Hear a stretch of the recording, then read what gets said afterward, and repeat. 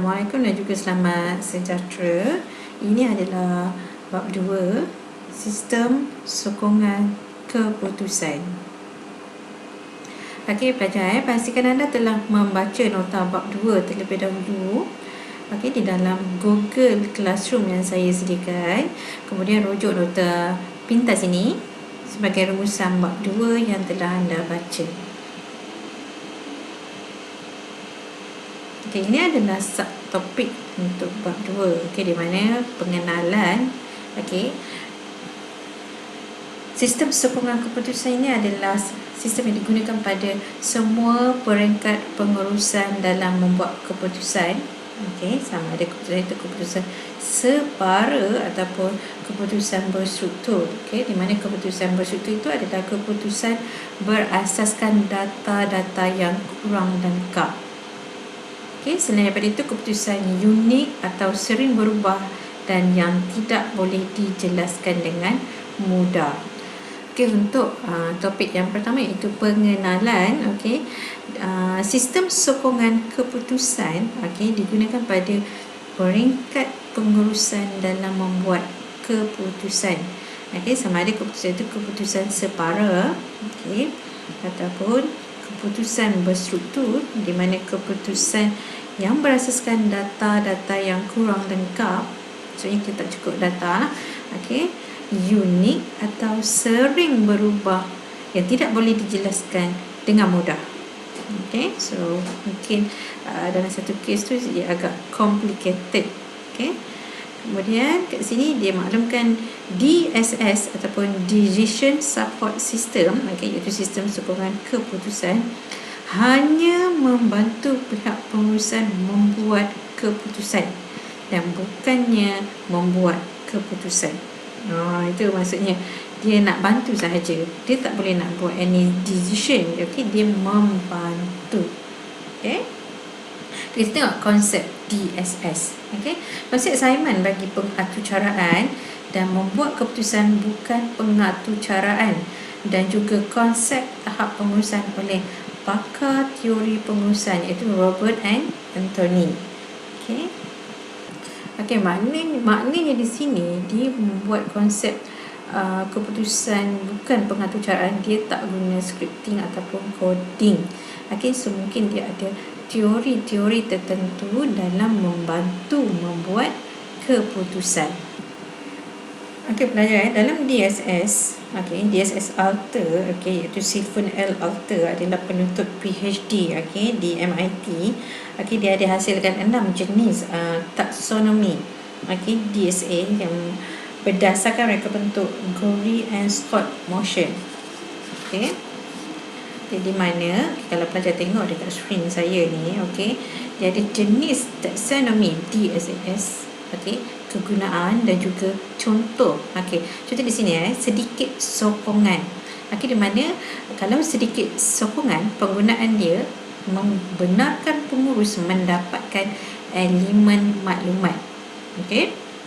Sebagai contoh, seseorang pengurus boleh mendapatkan maklumat daripada pangkalan data, iaitu database, mengenai maklumat jualan untuk salah satu daripada kawasan pemasaran. So itu dikatakan sedikit sokongan. Remember, DSS adalah membantu membuat keputusan. Kalau taksonomi daripada lebih sedikit sokongan, di mana kegunaannya membolehkan seseorang pengurus menganalisis semua fail. Sebagai contoh, pengurus boleh mendapatkan laporan khas daripada pengkalan data yang maklumatnya terdapat di dalam fail inventory. Maksudnya dia boleh dapatkan satu report. Kalau yang tadi sedikit sokongan, dia cuma just dapatkan data saja, maklumat saja.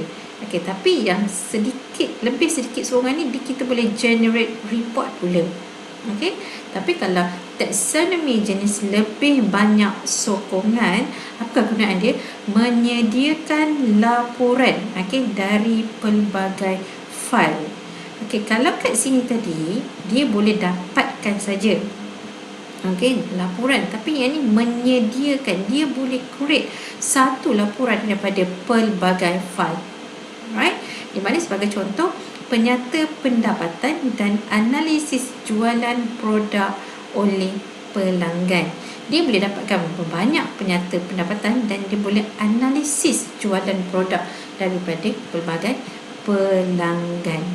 Itu adalah 3 jenis taksonomi yang disediakan oleh DSS Alter. Di mana ketiga-tiga jenis DSS ini menjadikan laporan dalam format laporan khas dan laporan dalam tempoh masa tertentu. Sebab tu masuk poin yang ketiga, iaitu DSS Alter. DSS yang dibangunkan oleh Alter, di mana Alter ni create satu model yang banyak membantu pengurusan dalam membuat keputusan dalam DSS. Itu seperti 2 ni, model menganggar kesan-kesan keputusan, dan juga B, model mencadangkan keputusan. Di mana A ni, model menganggar kesan-kesan keputusan, itu membolehkan pengurus untuk mengetahui kesan daripada keputusan yang dibuat. Apa efek daripada keputusan yang dibuat? Sebagai contoh, pengurus boleh tahu keuntungan bersih ataupun keuntungan kasar yang diperolehi sekiranya dia menamakan harga untuk satu unit produk. Dan yang kedua, model mencadangkan keputusan. Yang B ni, model mencadangkan keputusan, iaitu menjadikan lebih banyak sokongan untuk membuat keputusan. Sebagai contoh, pengurus pengilang memasukkan data, kemudian dia menerangkan rangka kilang dan juga peralatan. Di mana model pengaturcaraan linear yang akan menentukan rangka yang paling efisien. Maksudnya dia ada penggunaan model matematik. So no worries, pelajar tak boleh tahu model matematik tu apa semua, cuma dia nak maklumkan di sini lah, bila dia mencadangkan satu keputusan, dia lebih banyak sokongan because dia dah guna banyak model. So dia akan guna, kalau macam matematik, dia ada dia punya formula dia. Itu maksudnya, itu yang telah dibangunkan oleh DSS Alter.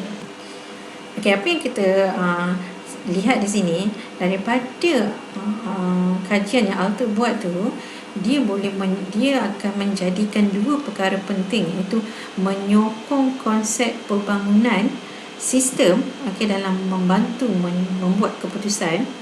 Dan yang kedua, ia menerangkan DSS yang tidak semestinya merangkumi pertanyaan kepada pangkalan data dan model keputusan, tetapi termasuk juga dalam laporan tempoh tertentu. So maksudnya DSS ini tak semestinya include dengan pertanyaan dalam pangkalan data. Pertanyaan dalam pangkalan data maksudnya kita search lah apa info yang kita nak. Tapi dia termasuk juga dengan laporan dalam tempoh tertentu. Poin yang keempat, iaitu DSS. DSS ni adalah maklumat berasaskan komputer. Di mana dia menyediakan sokongan maklumat yang interaktif. Bila kita mention as a interaktif, maknanya di sini dia akan menjawab persoalan kita based on apa pertanyaan yang telah direkodkan. Contoh macam kita kata kita nak buat report, dia akan keluarkan report, macam mana bentuk report yang hendak kita bangunkan. So disediakan di situ. Kemudian dia akan DSS ni dia akan bangunkan sokongan maklumat kepada pengurus dan juga golongan profesional perniagaan. Golongan-golongan korporat sebagai contoh semasa proses membuat keputusan. Tengok poin yang keempat, DSS menggunakan model analytical. Kemudian DSS menggunakan pangkalan data khusus, special database. DSS membuat penilaian pembuatan keputusan, dan juga DSS adalah proses pemodelan interaktif. Ini pelajar boleh tengok ini adalah flow macam mana sistem sokongan keputusan ni berjalan. Ini adalah contoh, ini adalah komputer peribadi. Okey, sebagai contoh kepada so di mana meter per minit dia membekalkan grafik dan juga laporan okey terhadap apa-apa sistem yang telah dibangunkan. Dan yang bulat yang tengah ni ini adalah pangkalan data model-model analytical. Okey, remember tadi dia ada mention DSS menggunakan model analytical. Okey, di mana datangnya model-model tersebut? Okey, daripada pangkalan data ni lah. Okey, itu contoh pertama file kapal. Okey, so kita ada satu file ataupun menu kapal. Okey, di mana dalam tu ada apa? Ada data apa? Kelajuan, kemampuan. Okey, kemudian dia ada file syarat-syarat had pelabuhan. Okey, so yang ketiga dia ada file kos penggunaan minyak. Okey, yang keempat dia ada file sejarah kos sewa upah kapal. Okey, dan yang terakhir file perbelanjaan pelabuhan. Okey, nampak tak kat sini? Setiap file ni so dia ada result dia tersendiri. Daripada result ni lah dia akan menjana satu laporan dan membantu untuk pengurus membuat keputusan. Okey, so daripada situ kita boleh tengok kesan prestasi jualan, keuntungan contohnya, ataupun adakah dia melibatkan faktor-faktor lain. Okey, so mungkin dia melibatkan faktor kos penggunaan minyak. Okey, kemudian mungkin faktor kos perbelanjaan pelabuhan. So bila dia dah generate info ataupun result daripada setiap file ni dan dia generate satu laporan yang telah dianalisis, so di situlah dia membantu pengurus untuk membuat keputusan. Okey, seterusnya adalah objektif DSS. Okey. Okey, kalau pelajar tengok muka surat 10 okey yang saya paparkan di sini, ini adalah objektif DSS.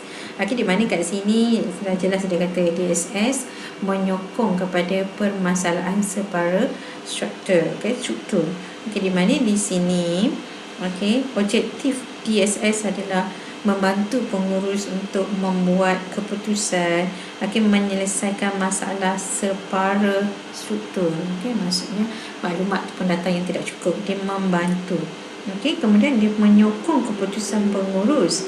Okey, dan bukannya membuat keputusan atau menggantikan keputusan pengurus dengan lain. Dia tak akan gantikan keputusan pengurus, cuma dia membantu menyokong keputusan pengurus. Mungkin bantuan tu dari segi apa? Dari segi analisis yang telah dia dapat, dari segi laporan yang telah didapat, itu adalah supporter untuk dia membantu pengurus membuat keputusan. Dan seterusnya dia lebih kepada mengubah keberkesanan pengurus dalam membuat keputusan daripada kecekapannya. Okey, kalau kat sini tengok, kalau berstruktur kita penyelesaian menggunakan komputer. Okey, ini adalah set dia lah. Okey, penyelesaian komputer, dan sebenarnya dia set daripada pengurus plus penyelesaian komputer DSS. Maksudnya dah ada peranan pengurus di sini. Okey, itu adalah separa struktur pula. Okey, dan tidak berstruktur, okey, pengurus penyelesaian komputer, pengurus plus penyelesaian komputer, dan juga penyelesaian daripada pengurus. Okey, maksudnya yang berstruktur ni dia melibatkan komputer. Okey, nampak ni set dia. Yang ni dia melibatkan komputer, pengurus dan penyelesaian komputer. Separa struktur ni dia half-half. Nampak? Sebab dia separa. Kalau komputer pun ada, penyelesaian pengurus pun ada. Okey. Tapi kalau tidak berstruktur, set dia yang ni lah. Yang ni. Okey, penyelesaian pengurus dan juga yang ini. Itu maksudnya darjah penstrukturan masalah. Okey, so bila kita compare ataupun bandingkan di antara MIS, okey, sistem pengurusan maklumat, dan juga DSS, sistem sokongan pengurusan, okey. So kat sini kita tengok dari segi ciri-ciri dia lah. Okey, ciri-ciri menyediakan sokongan keputusan. Kalau MIS, okey, dia cuma sediakan maklumat berkaitan prestasi organisasi. Tapi kalau di SS, dia sediakan maklumat, okey, dan juga teknik sokongan keputusan untuk menganalisis masalah. Okey, dia ada teknik sokongan keputusan. Okey, Dari segi ciri-ciri kekerapan sumber maklumat, okey, kalau MIS, okey, dia adalah secara berkala. Okey. Kemudian dia ada kekecualian, dia ada pengecualian di situ. Kemudian dia ada permintaan dan juga maklum balas serta laporan penolakan. Okey. Tetapi kalau DSS, dia akan ada pertanyaan inquiry dan juga maklum balas interaktif. Okay. Dan dari segi format maklumat MIS, okay, MIS telah ditentukan dan formatnya adalah tetap. Manakala dari segi DSS, okay, format maklumatnya adalah dari segi pertanyaan ad hoc. Okay, di mana setiap pertanyaan itu akan diberi maklum balas yang cepat yang boleh dikawal oleh pengurus, dan dia adalah fleksibel dan format dia berubah. Sebabnya apa? Dia membantu membuat keputusan. Sebenarnya dia akan tengok kepada jenis permasalahan ataupun jenis data dan maklumat yang dihadapi lah. Okey, secara struktur ke, tidak struktur ke, dan sebagainya. Dari segi kaedah pemprosesan maklumat MIS, okey, di mana maklumat dihasilkan oleh pengekstrakan dan juga pemanipulasian, dan di mana DSS adalah maklumat dihasilkan oleh model analytical. Okey, model tadi yang saya tunjuk tu, dia ada file-file dia. So ada sampai 5 file dalam satu pangkalan data. Okey, so sekarang saya nak pelajar fokus kepada DSS dahulu, sebab nanti kita akan masuk next topik MIS ni. Dia ada satu topik ataupun bab khas MIS. Okey, seterusnya yang bab 6, topik yang ke-6 ni adalah penstrukturan masalah. Okey, apa fungsi DSS ni? DSS disasarkan untuk bidang yang mempunyai banyak masalah. Okey, daripada segi sokongan keputusan, okey, DSS ni tidaklah bertujuan untuk menggantikan fungsi seorang pengurus. Okey, sebab apa? Di sini kita dah sedia maklum.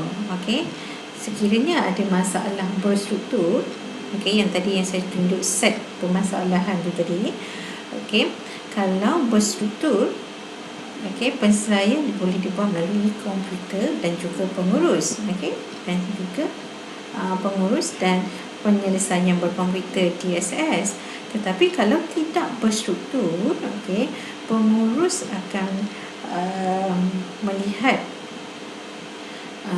set. Okey, maksudnya dia tak banyak sangat, dia akan ambil part separa berstruktur, maksudnya data yang tidak lengkap, dan perlu kebijaksanaan pengurus untuk menyelesaikan masalah. Okey, maksudnya DSS ni dia cuma bantu untuk membuat keputusan dalam permasalahan berstruktur sahaja. Kalau tidak berstruktur, memang dia kena guna peranan sepenuhnya oleh pengurus sendiri. Okey, daripada segi keberkesanan keputusan, pengurus dapat mencapai keputusan yang lebih baik. Okey, tapi bukannya untuk membuat proses itu lebih cekap. Okey, cuma dia boleh mencapai keputusan yang lebih baik sebab dia ada macam beberapa cadangan penyelesaian masalah. So kat situ dia boleh make decision. Alright. Seterusnya, model DSS. Okey, kalau kat situ kita tengok model DSS, okey, perisian menulis laporan, report writing software, model matematik dan juga groupware. Okey, kalau pelajar tengok dekat dalam modul, okey, muka surat 12, okey, ini adalah model DSS. Okey, model sistem sokongan keputusan. Okey, kat sini pelajar tengok ini adalah pangkalan database lah.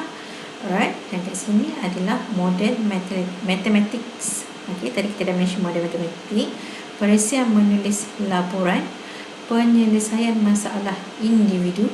Okey, nampak tak situ? Penyelesaian masalah individu mungkin kamu akan dibantu oleh model matematik. Daripada groupware, perbincangan, okey, ahli-ahli ahli-ahli di syarikat dan juga ahli-ahli kumpulan yang lain. Okey, nampak tak kat situ? Okey, penyelesaian masalah individu. Di sinilah kita akan membuat sistem sokongan keputusan. Dan kalau pelajar tengok di sini, kalau data, okey, nampak ni, data, pengkalan data, okey, kita ambil maklumat daripada database, kita akan menulis laporan. So daripada database dia akan buat model matematik. Dari situ dia akan terlibat dengan groupware. So daripada segi komunikasi, okey, yang ni, okey, individu kena komunikasi with groupware. Groupware ni ahli-ahli dalam syarikat. Alright, dia akan gunakan software ataupun aplikasi groupware dalam DSS dan juga melibatkan ahli-ahli kumpulan yang lain. Dia akan meeting secara maya lah menggunakan groupware punya software. Dan juga kalau yang kita tengok yang putus-putus ni, garisan putus-putus ni, ini adalah maklumat. Okey, so daripada sini pengkalan data ni, maklumat-maklumat yang ada, laporan-laporan yang ada dalam pengkalan data, so dia akan generate software dan juga penyelesaian masalah individu. Dah ada report, so dari situ kita akan tengok manusia ataupun individu boleh membantu membuat keputusan. Di sini juga maklumat telah disalurkan ke dalam tim groupware dan juga model matematik, okey, info ataupun formula model matematik akan disalurkan ke dalam penyelesaian masalah individu. Okey, pelajar boleh tengok daripada segi groupware ni. Okey, groupware ni pun sangat penting dalam DSS. Okey, groupware ni sebenarnya dia boleh menyelesaikan masalah bekerja dalam satu kumpulan untuk mencapai keputusan. So maksudnya dia berkumpul dalam satu tim secara maya, okey, dan berbincang, okey, mengenai penyelesaian ataupun keputusan yang hendak dibuat. Okey, keupayaan groupware ni, okey, dia boleh menulis dan memberi komen kumpulan.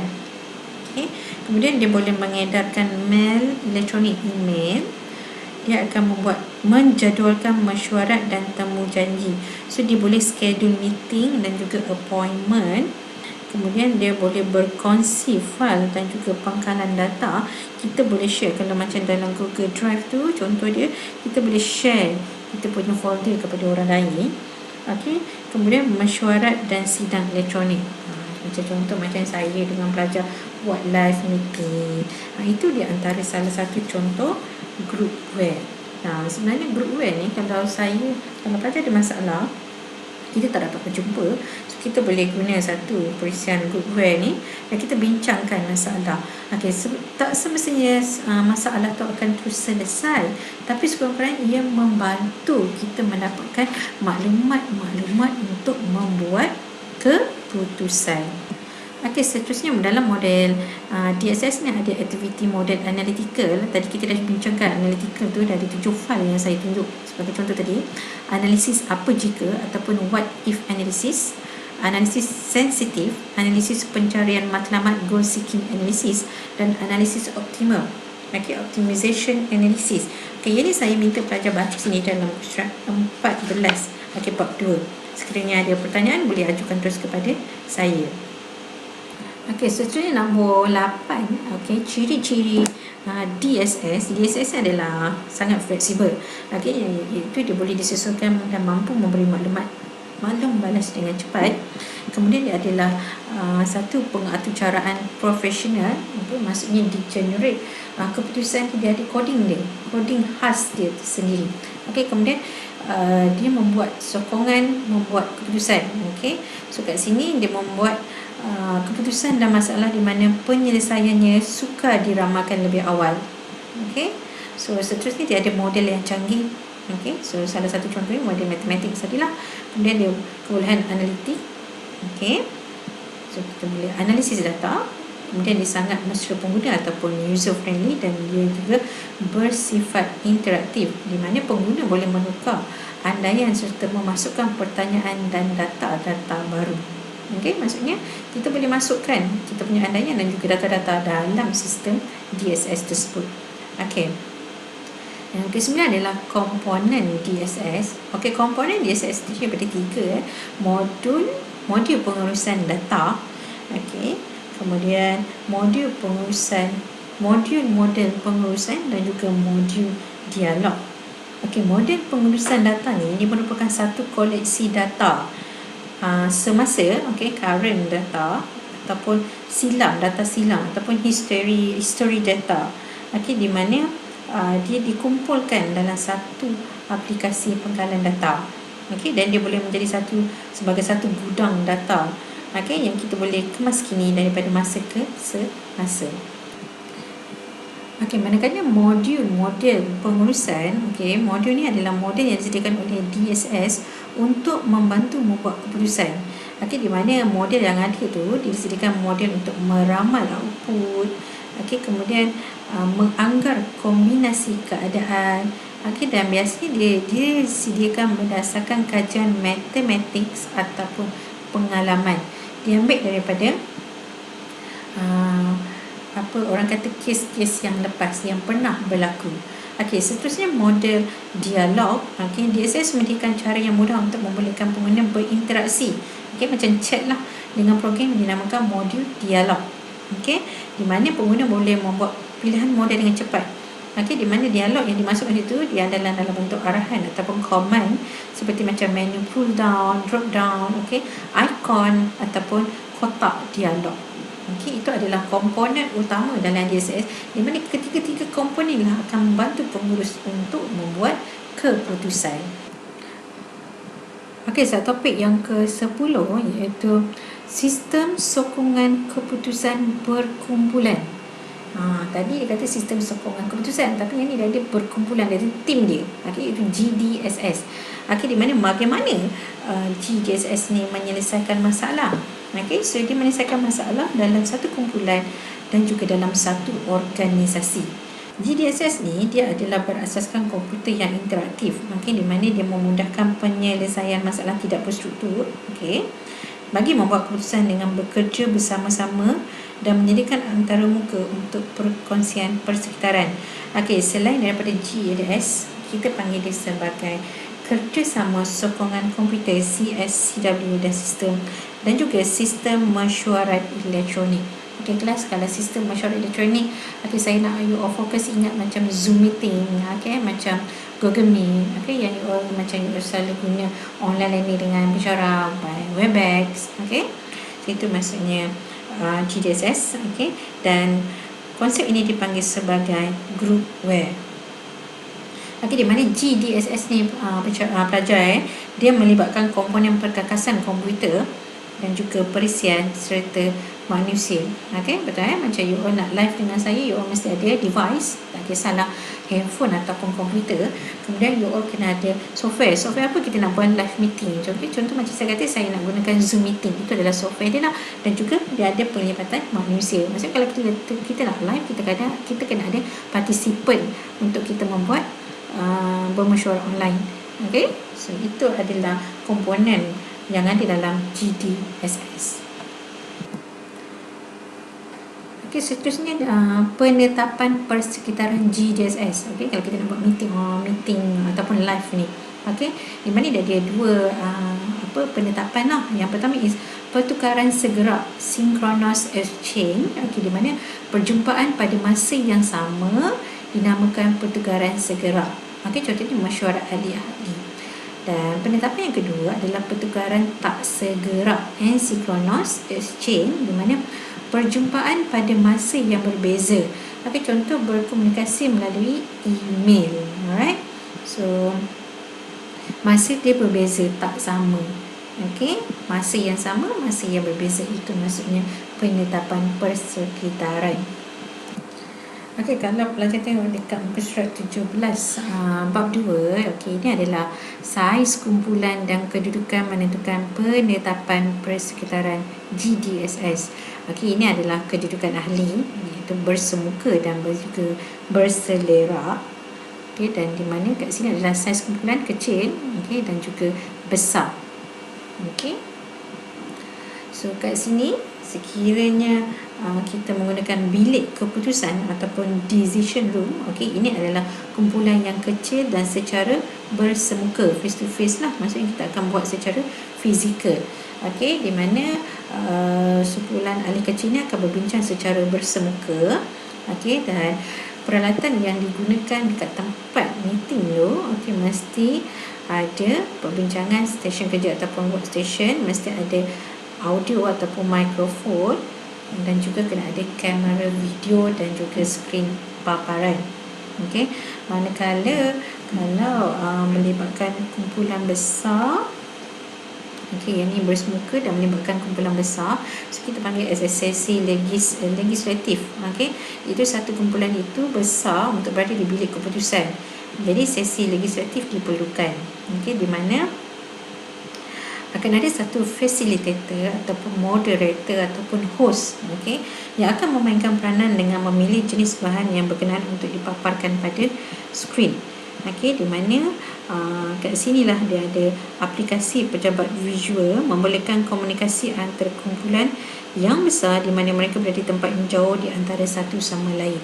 Okey, dan dipanggil sebagai tele persidangan ataupun kita panggil teleconferencing.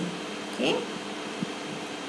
Dan sekiranya kalau berselera, okey, saiz kecil tetapi berselera, okey, orang tak ramai, okey, mungkin tak ramai, orangnya tak ramai, okey, grupnya kecil tapi dia tidak datang secara bersemuka. Okey, di sini kita akan menggunakan rangkaian local area decision network. Okey. Dan juga di mana di sini setiap ahli boleh memberi komen, memberi pandangan, okey, yang boleh dilihat oleh ahli dalam skrin masing-masing. Sekiranya persidangan yang besar, okey, dan tidak bersemuka, iaitu berselera, so kita akan gunakan persidangan bantuan komputer. So di sini dah ada tele sidang. Okey, tadi yang saya dah jelaskan tadi.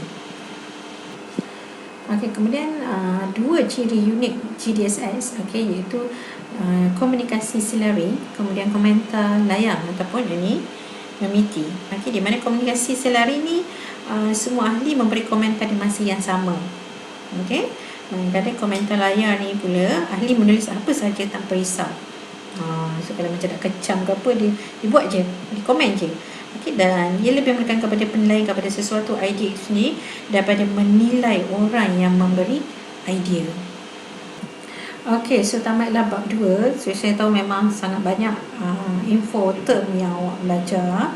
So conclusion dia pelajar, DSS ni membolehkan analisis yang baik kerana ia dibina menggunakan pelbagai model untuk menganalisa data. Okey, dan analis dan dia punya model tu bukan yang orang kata kaleng-kaleng lah. Okey, model matematik, model analytical. Okey, dan biasanya DSS ni mempunyai antarmuka yang senang dan bersifat interaktif. Okey, di mana pendapat pengguna boleh masukkan di dalam sistem tersebut. Okey, DSS juga digunakan untuk pelbagai aplikasi sama ada dalam bidang perniagaan, sektor swasta ataupun kerajaan. Okey, seterusnya DSS ni juga membolehkan pihak pengurusan mengenal pasti, okey, untuk identify current situation, okey, keadaan semasa dan juga masalah, okey, yang dihadapi untuk mengurangkan risiko dan juga meningkatkan keuntungan. Okey. Seterusnya, DSS sangat penting kepada pihak pengurusan dalam proses keputusan, di mana membantu pengurus memilih keputusan yang lebih baik dan berkualiti untuk kebaikan organisasi itu sendiri. Maksudnya once dia buat decision tu, dia tak ada buat cacah merbah. Maksudnya dia ada supported daripada DSS sendiri, dan DSS hanya mampu membantu pengurus, okey, dalam memilih keputusan yang terbaik dan bukannya untuk membuat keputusan. Yang tu pelajar kena faham konsep DSS, membantu. Okey, saya harap sekiranya pelajar ada pertanyaan, boleh ajukan terus kepada saya semasa sesi live, atau boleh email saya ataupun WhatsApp saya personal. Okey, sebelum mengajukan pertanyaan tu, saya harap pelajar dengar saya punya video ni daripada mula sampai habis. Okey, kalau mengantuk ke penat ke, boleh stop dulu. Okey, dengar balik semula. Okey, so itu sahaja daripada saya untuk topik bab 2. Terima kasih. Assalamualaikum.